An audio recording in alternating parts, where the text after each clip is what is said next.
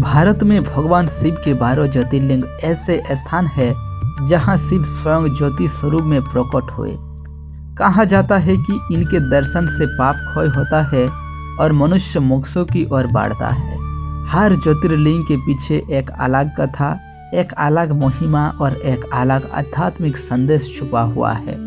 आज हम इन्हीं 12 ज्योतिर्लिंगों की कथाएं, महत्व और रहस्य समझेंगे। कहाँ स्थित है, क्यों बने और इनकी विशेषता क्या है। तो चलिए शुरुआत करते हैं शिव के पहला ज्योतिर्लिंग सोमनाथ से। भारत के पवित्र तटों में स्थित प्रभास क्षेत्र, यहाँ जहाँ चंद्रदेव ने मृत्युंजय मंत्र का जप किया था।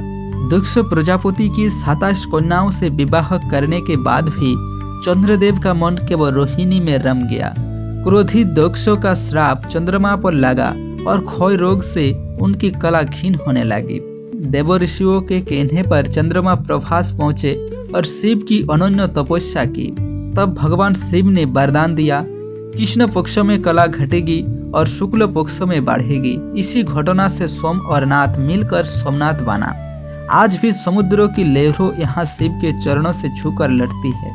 ऐसा विश्वास है कि यहाँ के दर्शन मनुष्यों को पापों का क्षय करते हैं, जैसे चंद्रमा का क्षय अमावस्या में होता है और पुनः पूर्णिमा में बढ़ता है। दूसरा है मल्लिका अर्जुन। कैलाश पर शिव पार्वती के समक्ष गणेश और कार्तिकेय खड़े थे। कौन पहले विवाह करेगा नियम रखा गया। जो पृथ्वी की परिक्रमा पहले करेगा। कार्तिकेय पर्वत शिखरों और दिशाओं को चीरते हुए पृथ्वी यात्रा पर निकले, जबकि गणेश ने अपने माता पिता की परिक्रमा की, क्योंकि माता पिता ही पृथ्वी के समान है। कार्तिकेय लौटे तो उन्हें छल का बोध हुआ। वो क्रोधित होकर क्रोच पर्वत चले गए। शिव पार्वती पुत्रों के पीछे गए और वहीं उन्हें ज्योतिर्लिंग रूप में धारण किया गया।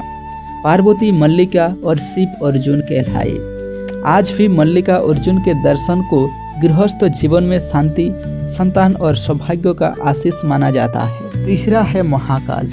उज्जैन में दूषण नामक असुर ब्राह्मणों का उत्पीड़न करता था। तप, वेद और यज्ञों का अपमान इतना बढ़ा कि धरती वहीं धंस गई। ब्राह्मण की पुकार पर शिव ने होम की गर्जन की और दूषण भस्म हो गया। भक्तों ने प्रार्थना की, हे देव, आर्यावर्त की रक्षा हेतु सदैव यहाँ रहे। शिव जी ने कहा, काल भी जिनका अंत ना कर सके वो मैं हूँ। इसी से वो महाकाल कहलाए। कहा जाता है कि यहाँ काल भी मौन हो जाता है और मृत्यु भी पीछे हट जाती है। ये ज्योतिर्लिंग मृत्यु भय का अंत और मोक्षों का द्वार माना जाता है। चौथा है ओंकारेश्वर। नर्मदा के तट पर स्थित पर्वत ओम की आकृति में है, यही उनका चमत्कार है। विंध्य पर्वत ने शिव की कठोर तपस्या की ताकि वो देवी में श्रेष्ठ हो। शिव प्रसन्न हुए और अपने प्रकाश को 2 भागों में विभाजित किया, ओंकारेश्वर और ममलेश्वर। नर्मदा के तट पर शिव की कृपा आज भी बहती है। नर्मदा को दिव्य माता माना जाता है, जिसे गंगा की तरह बोलते हुए सुना गया है। नर्मदा के दर्शन मात्र से मोक्ष देने वाला होता है। पांचवा है केदारनाथ। महाभारत के युद्धों के बाद पांडव पाप मुक्त चाहते थे। शिव उनसे रुष्ट होकर बैल का रूप लेकर हिमालय दिशा में चले गए। भीम ने उनका रूप पहचान लिया। शिव धरती में समा गए और उनके शरीर के अंग 5 स्थानों पर प्रकट हुए। पीठ केदारनाथ, भुजंगाए तुंगानाथ, मुख रुद्रनाथ, केसी कल्पनाथ तथा जटा रुद्रनाथ में। इसीलिए ये 5 केदारनाथ कहलाए।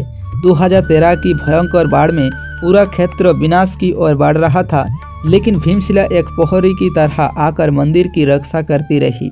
इसे आज भी लोग स्वयं शिव का आशीर्वाद मानते हैं। छठा है भीमाशंकर। कुंभकर्ण का पुत्र भीम महान, बलशाली और राक्षसी विचारधारा वाला था। उन्होंने देवताओं और शिव भक्तों को सताया। एक बार एक शिव भक्त राजा के द्वारा स्थापित लिंग पर प्रहार करने लगा। उसी कोण शिव प्रकट हुए और असुर का संहार किया। इसी स्थान पर ज्योतिर्लिंग स्थापित हुआ। यहाँ पर्वतों का श्रृंखला और वनों के बीच शिव का मर्म सुनाई देता है, जो प्रकृति और आध्यात्म दोनों को जोड़ता है। सातवां है काशी विश्वनाथ। ब्रह्मा और विष्णु में श्रेष्ठता को लेकर विवाद हुआ। तभी एक अनंत प्रकाश स्तंभ प्रकट हुआ। उनके छोर को ना तो विष्णु पा सके और ना ही ब्रह्मा। यही ज्योतिर्लिंग पहला माना जाता है। काशी मोक्षों की नगरी है, मृत्यु यहाँ अंत नहीं बल्कि मुक्ति का मार्ग है। कहते हैं स्वयं शिव यहाँ पर तारक मंत्र कानों में देते हैं और जीव को मृत्यु पथ से पार ले जाते हैं। विश्वनाथ का अर्थ है समूचे विश्व का नाथ। 8वां है त्र्यंबकमेश्वर। गौतम ऋषि पर गोहत्या का झूठा आरोप लगा। पाप से मुक्त होने हेतु शिव की तपस्या की गई। गंगा माता को बुलाने का आह्वान किया गया। गंगा गोदावरी के रूप में यहाँ उतरी। शिव ने 3 लिंगों रूप में यहाँ निवास किया, ब्रह्मा विष्णु और महेश।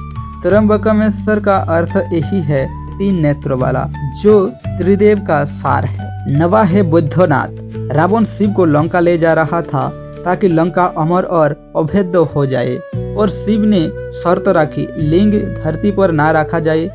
विष्णु की माया से थोड़ी देर के लिए रावण ने लिंग को बालक को दे दिया। बालक ने उसे नीचे रख दिया। शिव वहीं स्थापित हो गया। रावण ने क्रोध में अपना शीश अर्पित कर दिया। इसी प्रसंगों से शिव बुद्ध कहलाया और रावण को शिव भक्त रूप में आज भी स्मरण किया जाता है। 10वां है नागेश्वर। दारुका नाम की राक्षसी ने शिव भक्त सुप्रियो को कैद किया। बंदी होकर शिव का शरण कर रहा था। शरण सिद्धि जागी और शिव प्रकट हुआ। राक्षसी का अंत हुआ और भक्तों को मुक्ति मिली। नागेश्वर नागों का अधिपति और भय से रक्षा करने वाला माना गया है। द्वारका के निकट स्थित ये स्थान कृष्ण और शिव दोनों का संयोग माना जाता है। 11वां है रामेश्वरम। लंका विजय के बाद भगवान राम ने ब्रह्म हत्या के पाप से मुक्ति हेतु शिव जी का पूजा की। हनुमान हिमालय से शिवलिंग लाने गए पर विलंब हुआ। सीता जी ने रेत से लिंग बनाया। जब हनुमान लौटे तो शिव ने कहा दोनों लिंग पूजित हो। ये स्थल हिंदू धर्मों में राम और शिव के अद्भुत एकत्व का प्रतीक है। 12वां है घृष्णेश्वर। घुष्मा भक्ति में डूबी रहती थी।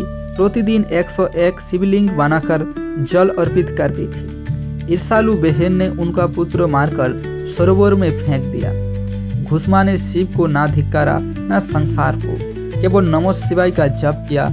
उसी क्षण पुत्र जीवित हुआ। शिव प्रकट हुए और बोले तुम्हारा नाम पर ये घृष्णेश्वर कहलाएगा। यहाँ भक्ति और धैर्य दोनों सिद्ध होते हैं।